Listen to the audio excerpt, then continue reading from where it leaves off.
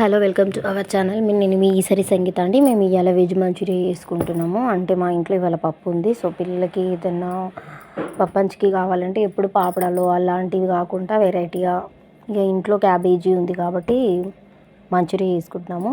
Cabbage తురుము, carrot తురుము and 2 spoons cornflour, 3 spoons మైదా, కొద్దిగా కారం, మన అంటే రుచికి సరిపడంత ఉప్పు అండ్ కొద్దిగా సోడా కూడా వేసుకోవాలండి. లిటిల్ బిట్, అంటే మరి ఎక్కువ వేసుకోవద్దు, కొంచెం అంత సోడా వేసుకోవాలి. కొద్దిగా ఫుడ్ కలర్లో రెడ్ కలర్ వేసుకోవాలి. ఫుడ్ కలర్లో 2 కలర్స్ ఉంటాయి, ఒకటి ఆరెంజ్ ఉంటుంది, ఒకటి రెడ్ ఉంటుంది. సో రెడ్ కలర్ వేసుకోవాలి. దాన్ని అంతా మంచిగా కలుపుకోవాలి.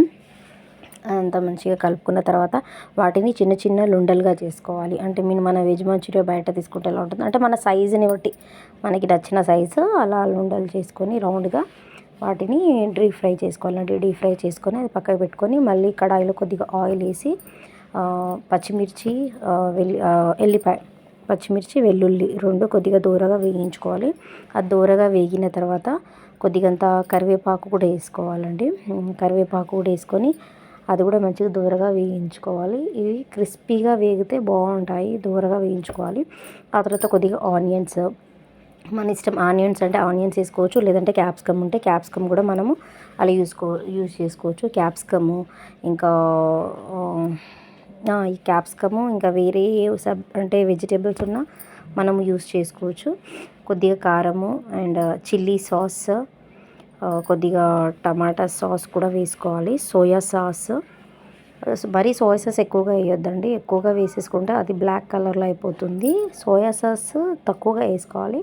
టమాటా సాస్ మనకు ఒకవేళ స్వీట్ కొద్దిగా ఎక్కువ కావాలనుకుంటే ఎక్కువ వేసుకోవచ్చు. నేను మాత్రము స్వీట్ లిమిట్గానే తింటారు కాబట్టి తక్కువ వేసాను.